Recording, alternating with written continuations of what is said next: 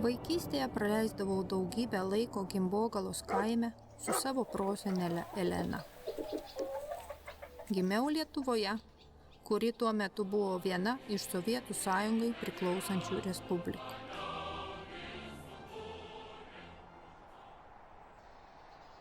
Man patikdavo stebėti mane supantį pasaulį. Prisimenu, kad viskas buvo ryšku ir nuostabu. Iš aukštybių atsklindantys motorų garsai nukreipdavo mano dėmesį į dangų.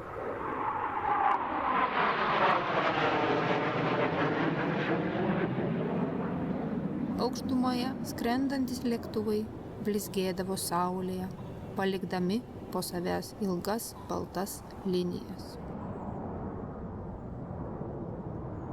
Po kiek laiko linijos išsisklaidydavo, užleisdamus vietą debesų būrėms. Debesis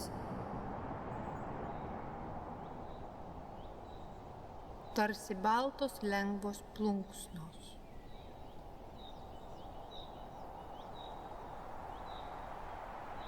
Tarsi balti laivai plaukdavo pro šalį, keisdami savo formą, pavirsdami tai į triušiukus,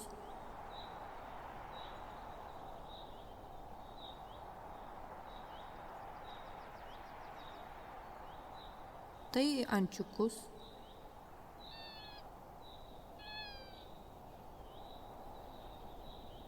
tai į gauruotus meškučius.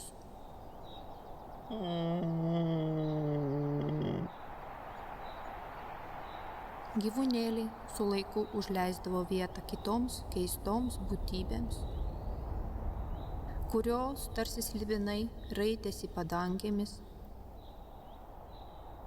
keldamos man išgąstį ir susižavėjimą.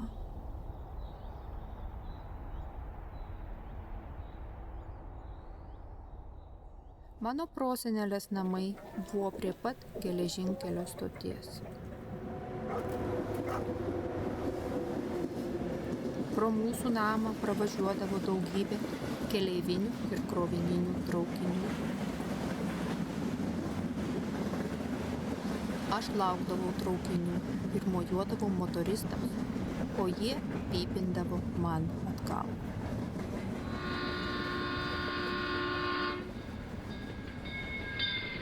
Pamenu, kad krovininiai traukiniai gabendavo naftą, grūdus ir vėliau Lietuvai atgavus nepriklausomybę įvairią karinę įrangą.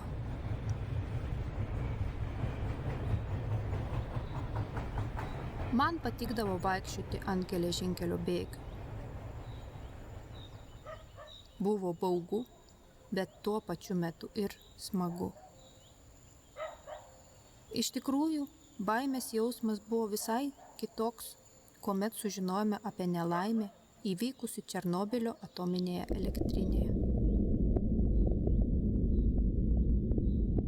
Pamenu, kad bijojau kažko nesuprantamo, galbūt tai ir buvo baisiausia. Aš nesuvokiau, kas atsitiko, pamenu tik stingdantį nežinomybės jausmą, kuris persidavė per suaugusius.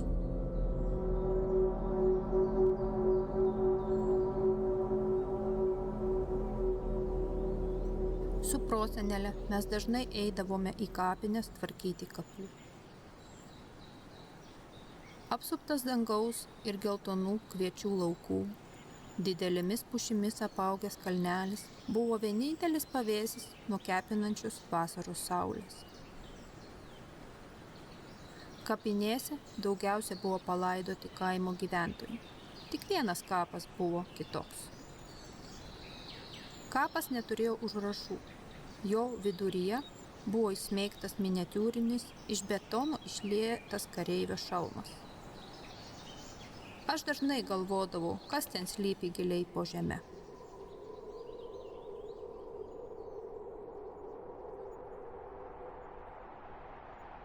Vakarais, prieš einant miegoti, mes žiūrėdavome pro langą ir klausydavomės monotoniškų radijo bangų pypsėjimų. Močiutė sukinėdavo radiją ir ieškodavo Amerikos balsą. Kartais iš tolumos pasigirsdavo trukdžių iškraipytas diktoriaus balsas.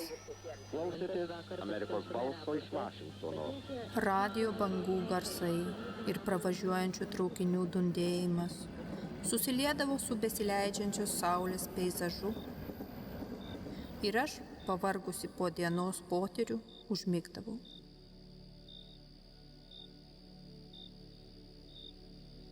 Man sapnuodavosi drugeliai ir žalios žirnių ankštys.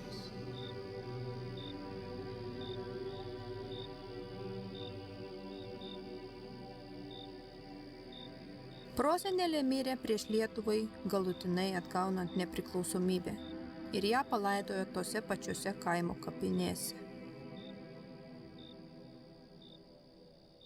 Tų vaikystės dienų aš ilgiuosi ir dabar, kartais sapnuose regu prosenelę, bet mano prisiminimai išsisklaido kaip debesis, užleisdami vietą dangaus mėlynėje.